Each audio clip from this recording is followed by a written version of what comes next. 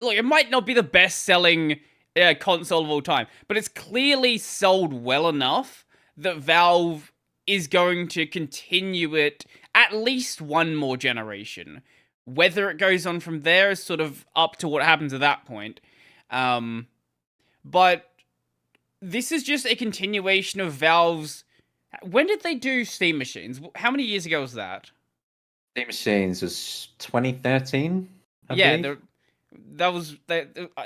I'll never It get over the wasn't fact that long after Steam was actually released properly for Linux. I'll never get over the fact that Steam Machines were the dumbest idea that Valve ever had.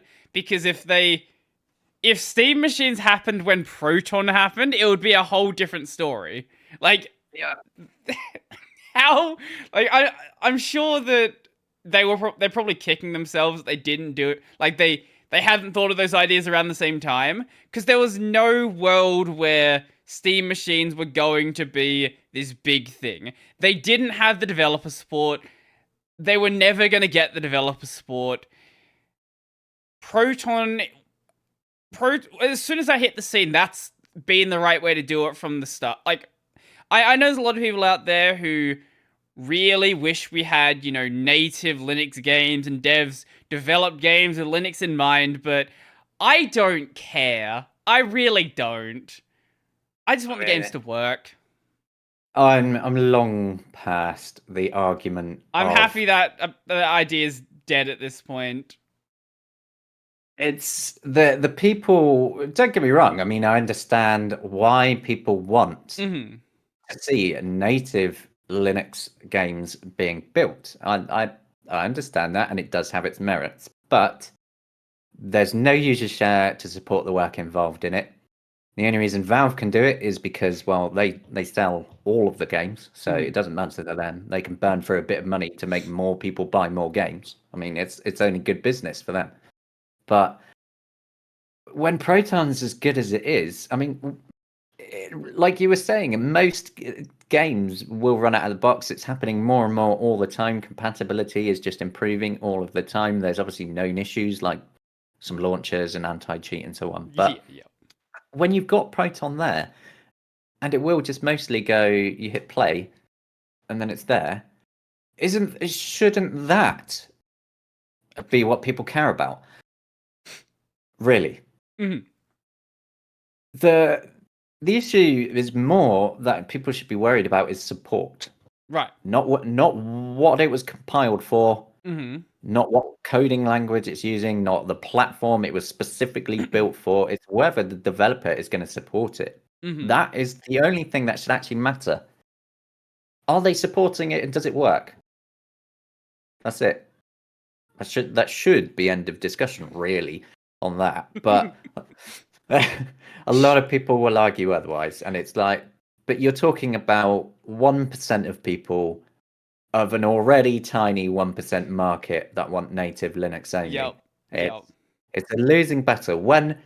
If there's a day when the market share hits like, I don't know, 50%, then it's kind of like, right, so now maybe it's actually a discussion that's kind of important. Look, I But I then think when you've also got Proton, which sometimes can even do Windows compatibility better than Windows itself, it's kind of like, well, mm, maybe targeting Proton directly is kind of a better idea in a lot of ways because they can fix things in it and have it fix whatever game is broken, and then mm-hmm. that behavior will obviously fix other games as well. Yeah. And and it's open source.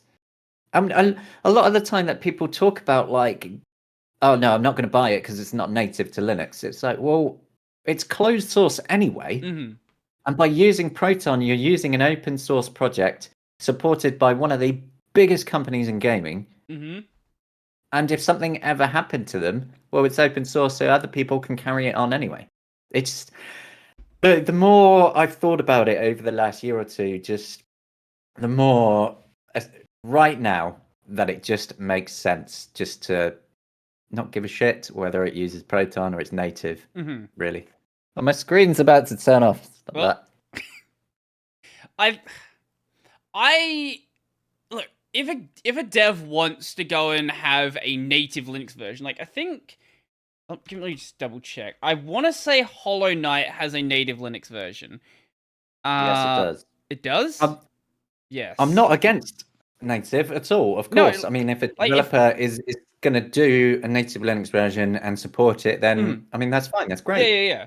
That's the point I was getting Um, at. Like if you're gonna do a native Linux version and you're going to do it well, go ahead. If like there's you like Linux, you want to support Linux, whatever, go ahead and do so.